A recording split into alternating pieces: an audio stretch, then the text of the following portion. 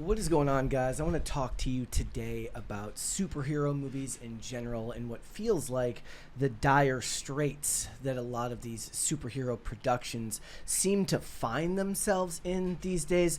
The reason I'm bringing it up is because over the weekend, Kraven the Hunter, which was part of the Sony SpiderMan universe that doesn't include Spider-Man, that nobody really knows what's going on or what's happening at the time. Is he involved? Is he not? Certainly he never shows up on screen, but he's always vaguely connected, post-credit scenes and stuff like that. Kraven the Hunter opened to the worst box office that any film from that franchise, from that cinematic universe, has ever opened up to this weekend. It opened to just $11 million domestically. That's $26 million worldwide. If you want that put into perspective for you guys, the much maligned Morbius, it's Morbin time, opened to $39 million. And Madam Web, the also maligned, but one that I find to be hilarious, therefore I give it a pass, Madam Web opened to $15.3 million domestic. So Kraven's whole total box office opening weekend, domestic and international, opened to lower than to what Morbius opened to just domestically. And of course the Venom movies, which of course include a character that has a lot more actual name recognition. Those movies have done okay, though Venom The Last Dance did open, I believe, to the lowest numbers of any in the trilogy. But given the fact that it has Tom Hardy and Venom is a much more recognizable character, even without Spider-Man, you'd still prefer him with Spider-Man, did a lot better. And what's funny is I looked at it and I thought about, first, and this is a complete aside, like when you really think of their casting, look, Jared Leto, everybody gives him crap for his portrayal of the Joker, but he's still a big name actor, right? What was it? Was it Dallas Buyers Club? He's still an actor that people know. He's still an actor that could theoretically put butts in seats. And then you've got Kraven with Aaron Taylor Johnson, who right now he's a pretty big name in Hollywood, and he's on the way up. I do believe that a lot of people think that he could end up being the next James Bond, and that's actually one of the options that I think is best. I don't think that he's a horrible idea for James Bond, so he's a star on the way up. You could make the argument that Dakota Johnson, being more of a, 50 Shades of Grey, still a known actress, so I think she considers herself more of an indie darling. And then, of course, like I said, Tom Hardy. They picked good actors, they didn't have good scripts. And of course, how do you make Sony Spider-Man universe movies without Spider-Man in the film?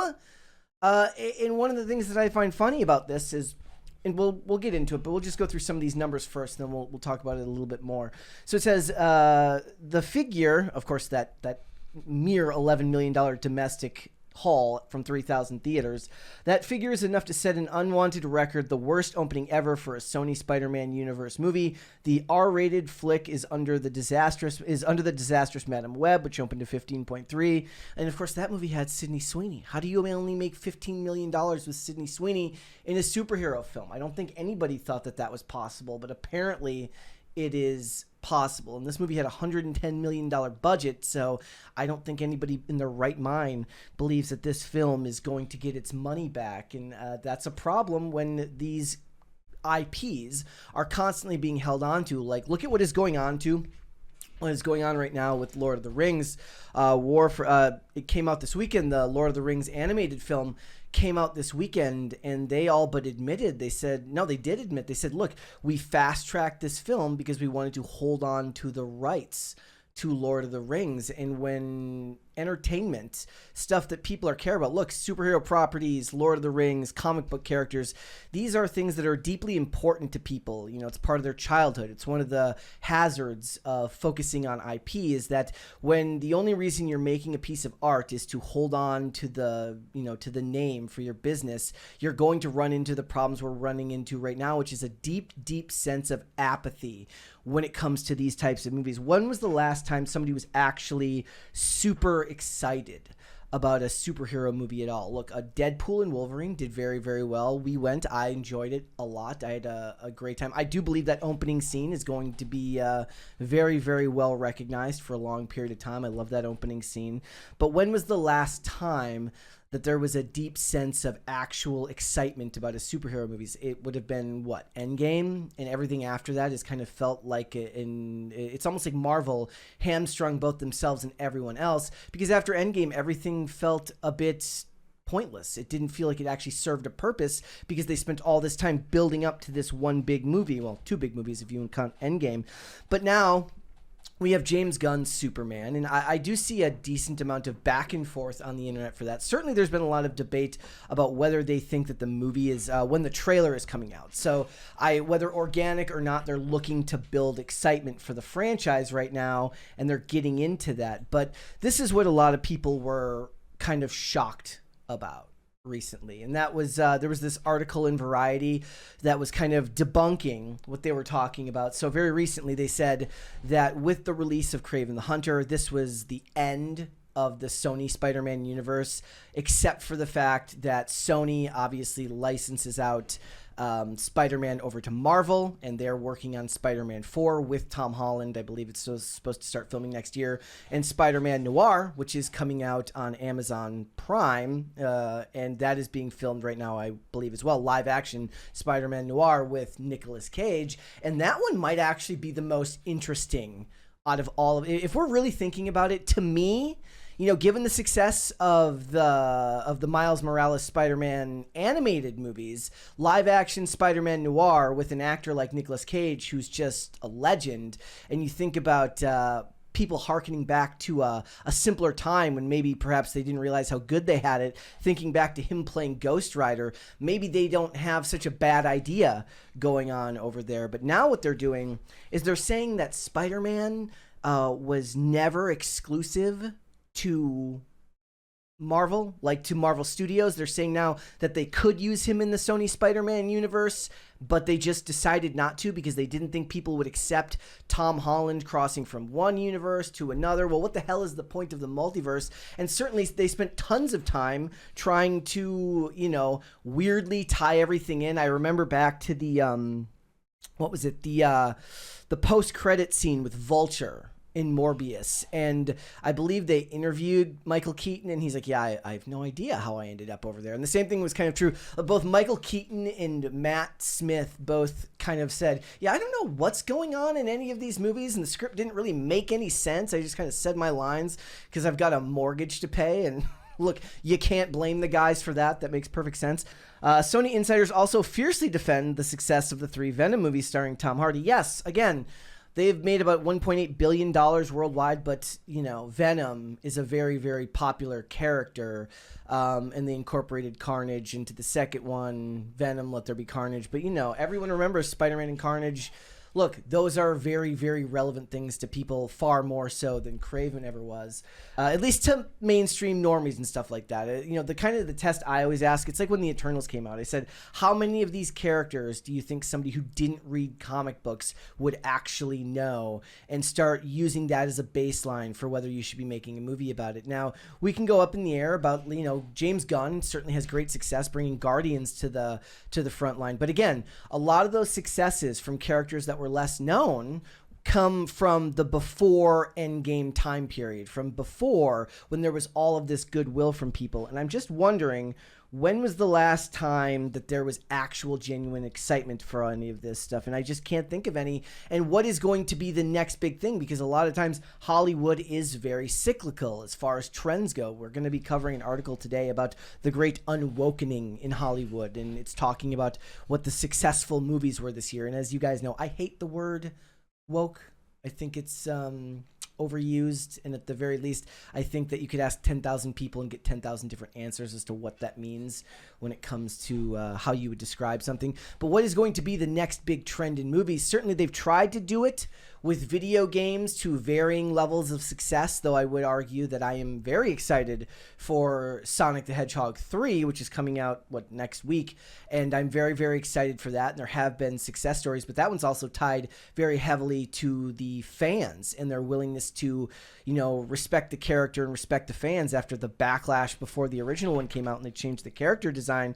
But what's the next one going to be? Because it's the next big trend going to be, because it will require IP. There's no way they can do it with IP. And with these franchises having diminishing returns, whether it's Kraven, whether it's Morbius, whether it's Madam Web, all of these things, Spider-Man is always going to sell.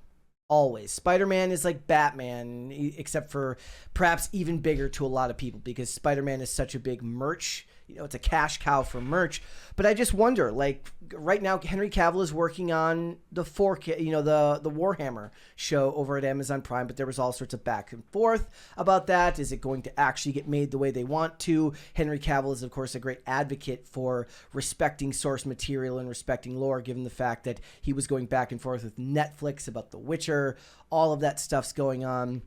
The bombing of Kraven, the general apathy around superhero movies right now. We've got 3 big movies coming out from Marvel next year and 1 Superman movie. We've got Captain America Brave New World, which feels dead on arrival given the fact that it's become a Frankenfilm with about 8,000 zillion different reshoots that are trying to turn it into something palatable for everybody else. Blade is not even coming out next year. That thing has been sitting in production hell for ages now. Thunderbolts, maybe. I do see a lot of back and forth about whether Yelena is possibly the next big character for them. But I think that Thunderbolts is going to end up box office wise, even without a day and date release. I think it ends up being more akin to, say, a Black Widow film than it is to, say, a Captain America film. So we've got those two.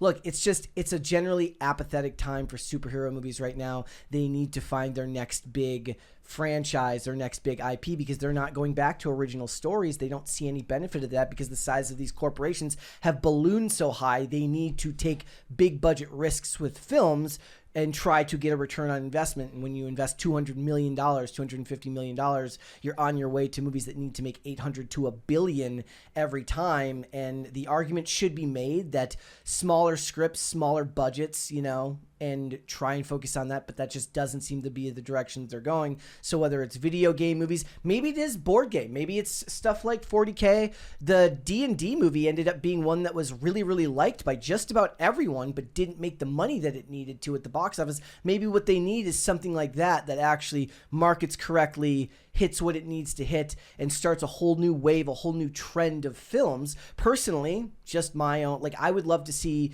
the return of kind of the mid-budget action movie or the mid-budget thriller or something like that. There was an Alex Cross TV show that came out, and I was just like, it's too depressing for me to watch as a television show. Those types of films, said the Morgan Freeman ones, the Morgan Freeman ones, look, they're dark and they're great as a cinematic experience, but it's very hard to get people out of the house to go and watch movies like that these days. When people have 100-foot flat screens and big TVs at home, they might as well just wait and watch it on streaming. But the big budget hits of this year, whether it's the Inside Out 2, Deadpool and Wolverine, Twisters, all of those movies, what is the common denominator on all of them? I don't know what it is. I do know that pretty much all 10 of the biggest films this year were sequels. That's depressing in a lot of ways because it means that people aren't going out for the smaller stuff. But I would be interested to know what it is that you guys think is going to be the next big IP that scores in Hollywood, the next big trend, not IP, the next big trend. I believe it will still have to require intellectual property, but I think the dying on the vine, the failing of films like Kraven the Hunter, the failings of films like Morbius, the failings of, the Madam Webs, and the diminishing returns on superhero movies in general outside of everything before Endgame, and then, of course, the rare success of, say, a Deadpool and Wolverine. What do you think the next big trend is going to be in Hollywood? Let me know down below, guys. Have a good one. Talk to you soon. Thanks for watching. Listen to full episodes of Pop Culture Crisis on Spotify. Keep up with us on social media and make sure you subscribe and ring that bell so you never miss the show. Bye, guys.